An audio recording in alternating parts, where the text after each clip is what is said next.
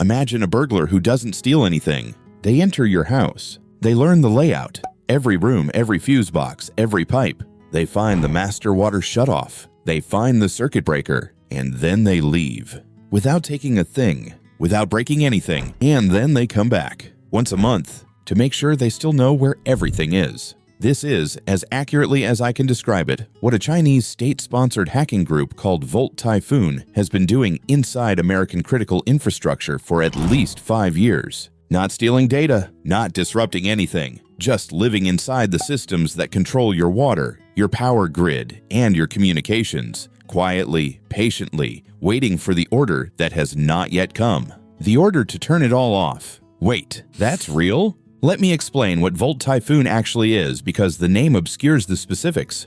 Typhoon is the designation assigned by Microsoft and later adopted by the U.S. Cybersecurity and Infrastructure Security Agency, CISA, to a threat actor affiliated with the People's Republic of China. It is not a single hacker. It is a sustained, coordinated, state-directed campaign. First publicly disclosed in May 2023, Typhoon was initially detected inside U.S. military infrastructure in Guam, a critical forward operating base in any Pacific conflict scenario. The initial assumption was espionage, intelligence gathering. That assumption was revised. In February 2024, a joint advisory was issued by CISA, the NSA, the FBI, and the intelligence agencies of Australia, Canada, the United Kingdom, and New Zealand, the Five Eyes Alliance. The advisory stated explicitly that Typhoon was not primarily engaged in intelligence collection. Its goal, the advisory said, was pre-positioning, the embedding of persistent access into civilian critical infrastructure to enable disruption or destruction of critical services in the event of a major crisis or conflict with the United States.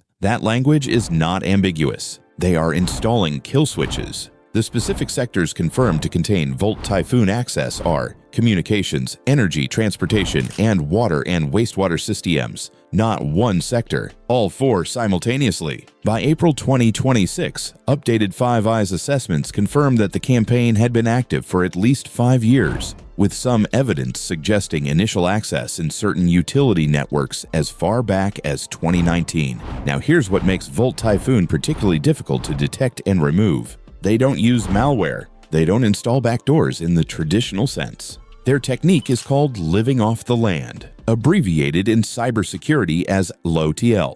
Living off the land means the attackers use the tools that already exist on your network. Native Windows commands, built-in administrative utilities, the same software your own IT team uses to manage the system legitimately. When Typhoon moves laterally through a network, from one server to another, from one system to the next, they generate logs that look identical to normal administrative activity. Your security team sees a log entry. It looks like a routine maintenance command. It is, in fact, a nation-state actor extending their reach deeper into your infrastructure. The specific technique used for initial access has been documented.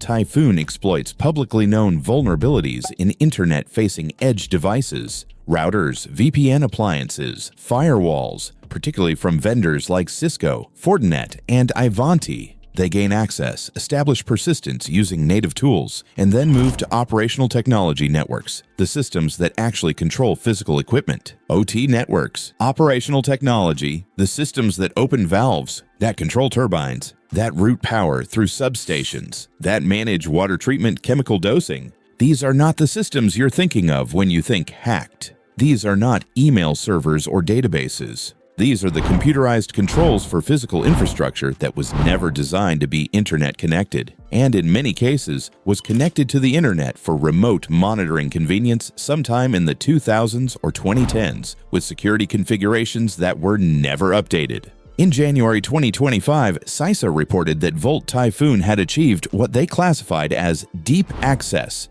meaning persistent presence with administrative-level control in multiple U.S. utility networks. The exact number was not disclosed in public reporting. The classified briefings given to Congress in late 2024 were described by multiple attending senators as, quote, deeply alarming. Here is the scenario that military planners are actively wargaming. China and the United States enter a direct military conflict, most plausibly over Taiwan. In the opening hours, before a single aircraft crosses a border, Volt Typhoon receives its activation order. Power goes out in selected metropolitan areas. Water treatment systems in others. Fuel pipeline management systems in others. Not all at once. Staggered. Calibrated to create maximum confusion and to overwhelm emergency response capacity. The purpose is not to win the war through cyber attack alone. The purpose is to distract, divert, and demoralize the domestic population, to force the United States to redirect military and governmental resources inward toward civilian emergency response, rather than outward toward the conflict itself.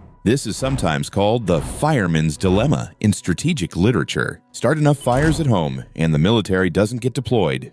The 2024 CISA advisory was direct on this point. Volt Typhoon is not positioned in financial networks or data repositories, the targets you'd expect from a traditional espionage campaign. They are positioned specifically in the systems that, if disrupted, create civilian emergencies. And here's the part of the story that doesn't get enough coverage. In December 2024, the U.S. Department of Justice and FBI executed what they called a court-authorized disruption operation. They remotely deleted Volt Typhoon malware from hundreds of compromised U.S. routers. The operation was successful, and then, within weeks, they identified new intrusion attempts on the same networks. Cleaning them out is not a permanent fix if the underlying vulnerability, the unpatched devices, the unchanged default credentials, the aging OT hardware, remains in place. So what do you do with this information? First, understand that the people responsible for addressing this are aware of it. CISA exists precisely for this. The Five Eyes advisory framework exists for this. The 2024 disruption operation happened. Congress has been briefed. These are not comfortable facts, but they are functional ones. The problem is known. The mechanisms for response are at least partially operational. Second, understand that the vulnerability is structural, and structural vulnerabilities get fixed when the cost of not fixing them becomes too visible to ignore. The security gaps in U.S. water utilities and energy infrastructure are largely a product of decades of underinvestment in updating legacy OT systems. That conversation is now happening at the federal funding level in a way it was not before Volt Typhoon was publicly disclosed. Third, understand that the reason you're hearing about this, the reason CISA issued a public advisory, the reason Five Eyes agencies publish technical indicators of compromise, is that transparency in this case is a defensive tool. Telling system administrators exactly what to look for is how you get them to look.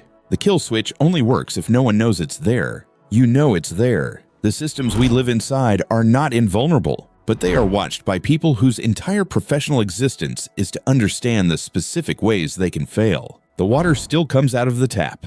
The lights are still on. The knowledge of why those things could change is what motivates the people working to keep them that way. Understanding the threat clearly is not pessimism. It is the precondition for a coherent response. Subscribe to Wait. That's real. New deep dives every Wednesday.